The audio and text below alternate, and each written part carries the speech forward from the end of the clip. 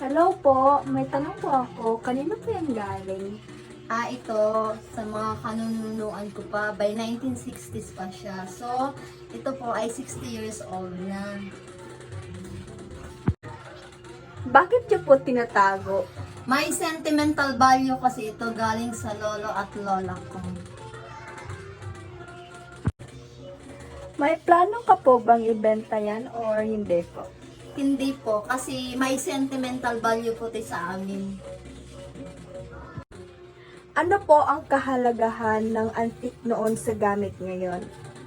Ang kalagahan ng antik noon ay matitibay, may quality, kaysa antik ngayon na quantity, mahina na ang quality.